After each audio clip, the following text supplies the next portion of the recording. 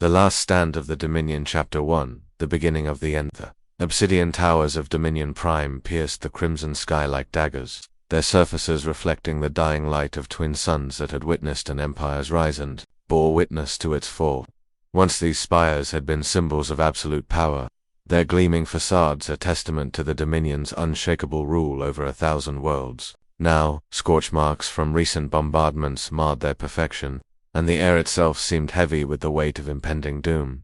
Deep within the fortress-like command center, Empress Zex'ana stood before a holographic display that painted the galaxy in stark reality. Red zones marked human victories, expanding like a plague across star systems that had bowed to Dominion rule for centuries. Her elongated fingers, once steady as she signed death warrants for entire civilizations, now trembled as she traced the advancing human forces. "Your Majesty," Admiral Kex'tar's voice cut through the oppressive silence, his usually commanding tone strained with barely concealed desperation.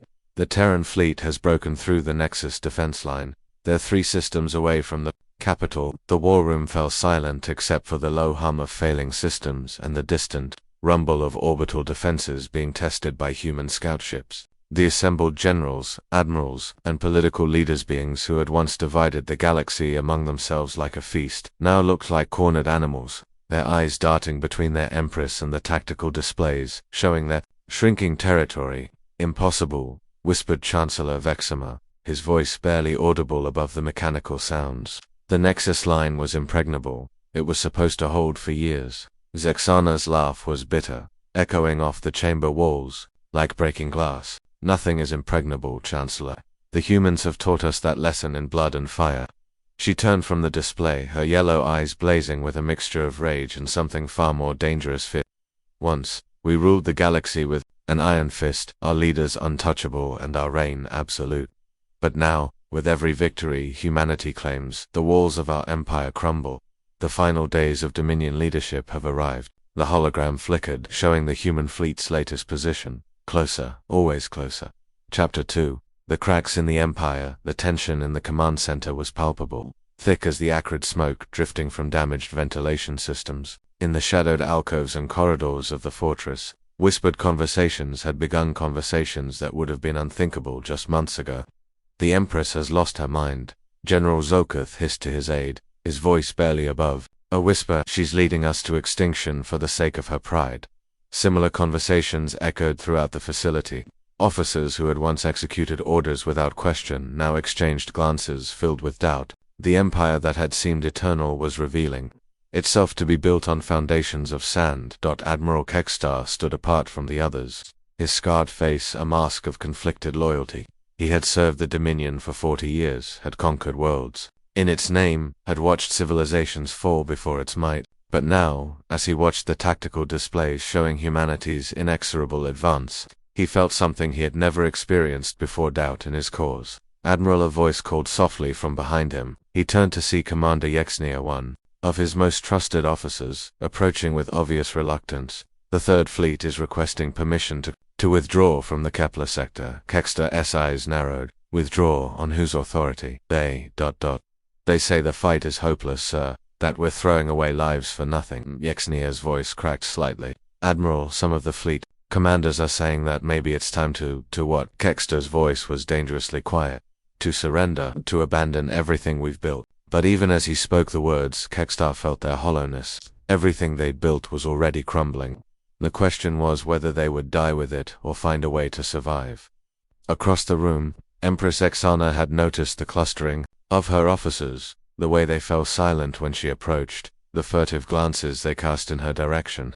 Once, such behavior would have resulted in immediate execution. Now, she realized with growing horror, she couldn't afford to lose any more of her remaining supporters. Once the Dominion's leadership was unshakable, she murmured to herself, staring at her reflection in the darkened viewport, their will as strong as steel. But now cracks appeared in their once impenetrable facade. Doubt, fear, and discontent spread through their ranks, and whispers of rebellion began to echo through their halls. Chapter 3. Humanity's final offensive. Light years away, aboard the human flagship Retribution, Commander Sarah Chen stood before her own tactical display, one that showed the same galaxy from a very different perspective. Where the Dominion saw encroaching doom, Humanity saw the culmination of a desperate war for survival. Status report, Chen commanded, her voice steady despite the magnitude of what they were about to attempt. All fleets are in position, Commander, reported her tactical officer, Lieutenant Morrison. The Retribution leads Battle Group Alpha, with the Defiance and Liberation flanking.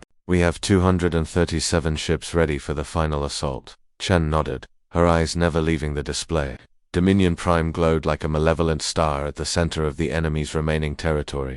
It was heavily defended, protected, by orbital platforms that could reduce entire fleets to scrap metal. But humanity had learned to fight smart, not just hard. Remember, she addressed her bridge crew, this isn't just about winning a battle. This is about ending a war that's cost us everything. Every ship that doesn't come home, every life lost, it all depends on what we do in the next few hours. The bridge fell silent except for the hum of engines and the soft beeping of instruments. Through the viewport, Chen could see the assembled human fleet ships of every class and conflagration, bearing the scars of countless battles, crewed by men and women who had lost homes, families, entire worlds to the Dominion's cruelty. All ships, this is Commander Chen, she announced over the fleet-wide comm. We've come a long way from the days when Earth burned and our colonies fell. We've learned to fight, to adapt, to survive. Today, we finish what they started. Meanwhile, on Dominion Prime, the final desperate preparations were underway. Every available ship had been called back to defend the capital, creating a defensive formation that, on paper, looked formidable. But Admiral Kex'tar knew better. He could see the fear in his subordinates' eyes, the way they hesitated when giving orders, the reluctance of some ship commanders to commit fully to the fight. Empress, he said, approaching Zex'ana's throne, perhaps we should consider what? She snapped, her voice echoing in the vast chamber. Surrender. After everything we've built, everything we've achieved, I would rather see this entire galaxy burn than bow to these humans. Kex'tar felt something inside him break. Your Majesty, with respect, the galaxy is already burning. The question is whether we let it consume us as well. The time for negotiation had passed. Chen observed as her fleet approached the outer defenses of Dominion Prime. Humanity was ready for the final strike, and the Dominion had no choice but to fight with everything they had left. Empress Zex'ana could feel her empire slipping away, but she would not surrender without a fight. Chapter 4. The Fall of Dominion. Leadership. The battle for Dominion Prime began not with the clash of fleets, but with the fracturing of loyalty. As human forces approached the outer defensive perimeter, Admiral Kex'tar made a decision that would echo through history. All ships, this is Admiral Kex'tar. His voice rang across the Dominion fleet channels. I am ordering the 1st and 3rd fleets to stand down. We will not participate in this madness. The effect was immediate and devastating. Nearly a third of the Dominion's defensive fleet simply powered down their weapons and withdrew from formation. On the command center of Dominion Prime, Empress Zex'ana watched in horror as her empire's backbone snapped before her eyes. Traitor, she screamed, her voice carrying across the chamber. You dare betray your oath. But Kex'tar was no longer listening. He had opened a channel to the human fleet, broadcasting on all frequencies. Commander Chen. This is Admiral Kex'tar of the Dominion Fleet. I am prepared to discuss terms of surrender for those forces under my command. The human response was swift and professional. Admiral, this is Commander Chen. We're willing to talk, but only if you can guarantee the safety of civilian populations. You have my word, Kex'tar replied, and meant it. With nearly a third of their forces neutralized by defection, the remaining Dominion ships found themselves outnumbered and outgunned. The Retribution and her escorts smashed through the outer defensive line like a hammer through glass, their weapons carving paths of destruction through the once mighty fleet. In the command center, Zex'ana watched her empire die. One by one, her advisors, generals, and supporters slipped away, abandoning her to face the end alone. The great chamber that had once been filled with the voices of conquerors now echoed. With only her own breathing and the distant sounds of battle, the fall of Dominion Prime was not just a defeat, she whispered to herself as explosions lit up the night sky outside. It was the collapse of an empire, and as Zex'ana watched her world burn, she realized that the Dominion had crumbled from within. The galaxy would never be the same. Chapter 5. The aftermath of battle for Dominion Prime lasted 18 hours. When it was over, the human flag flew over the capital spire, and Empress Zex'ana was dead not from human weapons, but from her own hand, choosing to end her life rather than face capture and trial. Commander Sarah Chen stood in the ruins of the Dominion Command Center, surrounded by the debris of a fallen empire. The air was thick with smoke and the acrid smell of burned electronics. Around her, human soldiers worked alongside former Dominion personnel to secure the facility and tend to the wounded. "It's over," Lieutenant Morrison said quietly, joining her at the shattered viewport that looked out over the burning city below. "No," Chen replied, her voice thoughtful. "This is just the beginning. The easy part, the fighting, is done. Now comes the hard part, figuring out how to build something better from the ashes." She was right. Across the galaxy, former Dominion worlds were declaring independence, some peacefully, others in violent upheaval. Refugee populations needed aid, war criminals needed to be brought to justice, and the power vacuum left by the Dominion's collapse threatened to tear the galaxy apart. But there was hope to. On dozens of worlds, former enemies were working together to rebuild. The Retribution's crew had become unlikely ambassadors, helping to negotiate ceasefires and establish temporary governments, and gradually, a new order was taking shape, one based not on domination, but on cooperation. The Dominion was no more, Chen reflected as she looked out at the stars, visible through the damaged viewport. The galaxy was free. But as Sarah looked out over the ruined capital, she knew this was only the beginning. The Empire had crumbled, but humanity's true test had just begun. Chapter 6. The road ahead. 6 months after the fall of Dominion Prime, Commander Sarah Chen stood once again on the bridge of the Retribution, but this time she was not preparing for battle. Instead, she was overseeing the escort of a convoy of relief ships bound for the former Dominion colonies in the Outer Rim. The galaxy was changing. The iron grip of the Dominion had been replaced by something more complex, a loose confederation of independent worlds, united by trade agreements and mutual defense pacts rather than fear and subjugation. It wasn't perfect, and there was still conflicts, still worlds that struggled with the transition to freedom, but it was better. "Commander," reported Lieutenant Morrison, who had been promoted to executive officer, "we're receiving a transmission from the Kepler colony. They're requesting assistance with their new agricultural initiative." Chen smiled.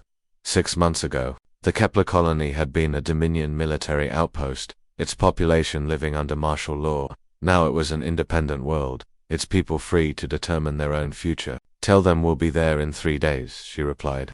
"And Morrison, send a message to Admiral Kex'tar, ask if he'd like to join us. His people know the sector better than anyone."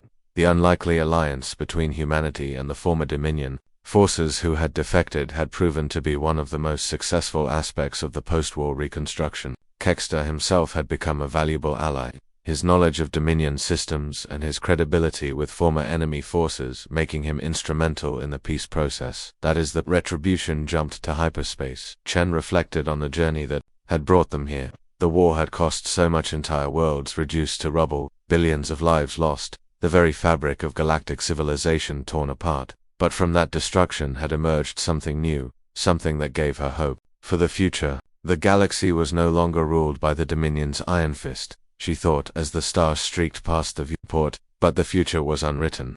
Humanity had won, but now they would need to build a new galaxy, one where their power would not be based on domination, but on unity. The Retribution sailed on through the void, no longer a warship but a symbol of hope, carrying the promise of a better tomorrow to every world it touched. The Empire was dead, but the galaxy lived on, and with it, the dreams of all those who had fought and died for freedom. Behind them, Dominion Prime continued its slow reconstruction, its broken towers being rebuilt not as symbols of oppression, but as monuments to the resilience of the galactic community. And in the depths of space, new ships were being built, new alliances forged, new stories written in the endless book of the stars. The war was over. The future had begun. In the years that followed, historians would debate the true turning point of the Galactic War. Some pointed to the fall of Earth and humanity's first desperate victories. Others cited the defection of Admiral Kex'tar and the fracturing of the Dominion fleet. But perhaps the real turning point was quieter, more subtle, the moment when former enemies chose cooperation over vengeance, when the galaxy decided that peace was worth more than victory. The Dominion Empire, which had ruled for 1,000 years, fell in a single day. But the galaxy that rose from its ashes would endure for millennia to come, a testament to the power of hope over hatred, of unity over domination. The last stand of the Dominion was not just an ending, it was a beginning.